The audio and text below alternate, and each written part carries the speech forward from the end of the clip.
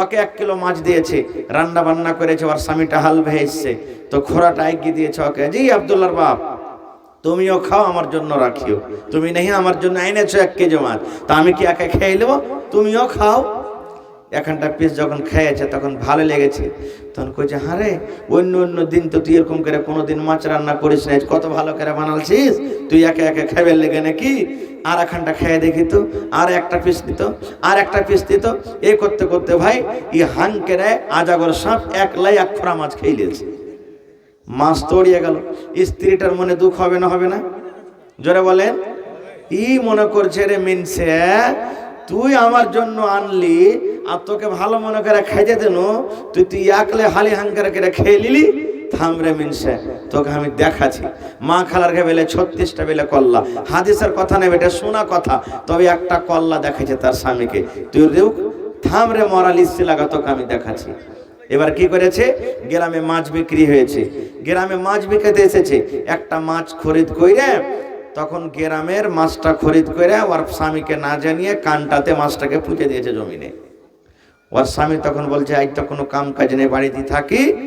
স্ত্রী বলছে কে কইলা কাজ কাম নাই, একটু স্থায়ী তরকারি লাগাইতে হবে, তুমি কান্টা কান্টা হাল বাহিবে না, যাও কান্টা কান্টা হাল বাহো। হাল বাহিতে যায় ওই হালের এতে ভাঁড়ে মাছ উঠে গেছে, মাছ উঠবে না ভাই, মাছ উঠে গেছে, যে স্ত্রী পুঁতে রেখেছে মাছটা উঠে গেছে। এই মাছটাকে নিয়ে দৌড়াইতে দৌড়াইতে এসে বলছে এ হালে মার মা, কি হয়েছে?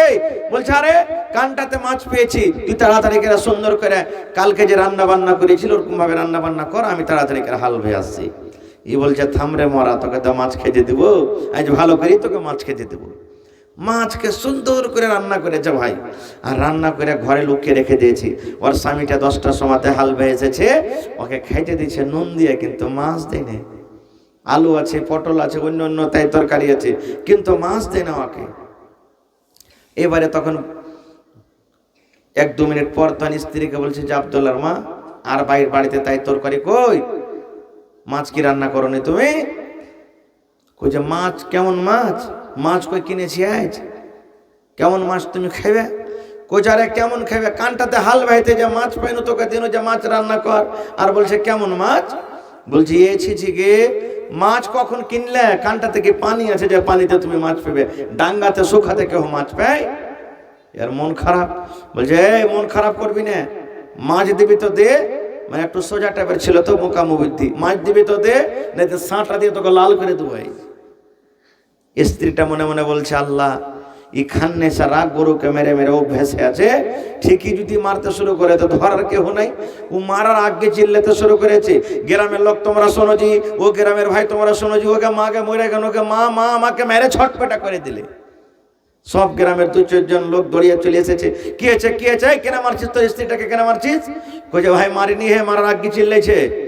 বলছে কেন মারছিস? স্ত্রীকে বলছে তোমার স্বামী তোমাকে কেন মারে?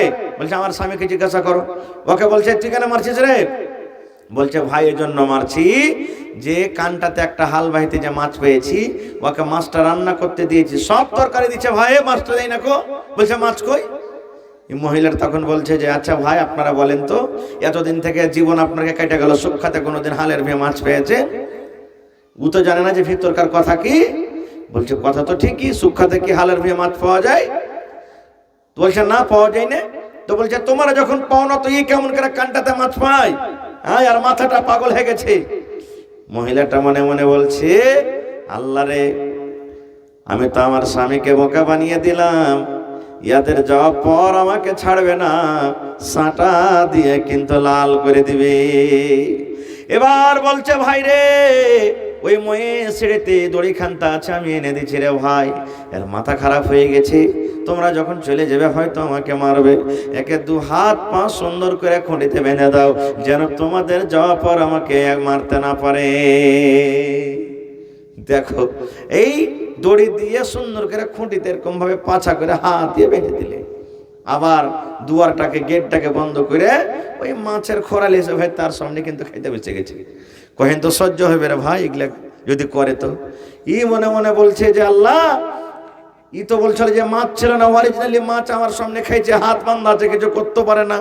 চিল্লাইছে ভাই হে দৌড়া দৌড়া দৌড়া দৌড়াই, দেখ এই দেখ, এই দেখ আমার স্ত্রী আমার সামনে মাছ খেয়েছে। ওদের আস্তে না আস্তে রেখে দিলে, ভিতরে লুকিয়ে রেখে দিলে। বলছে দেখছো ভাই, দেখছো, তোমরা যদি না বেঁধে রাখতে তো দেখছো আমার এখন পিঠের চামড়া ছিটক নাই, দেখো দেখো দেখো। হ্যাঁ, এরকমই বকছেই। মাছ নাই তাও বলছে মাছ খেয়েছে, মাছ খেয়েছে। 2-4 লাপড় থাপড় দিলে আবার ওকে চলে গেল, এবার আসবো না তুই যতই টাক। আবার মাছ নিয়ে এসে খেতে বসেছি।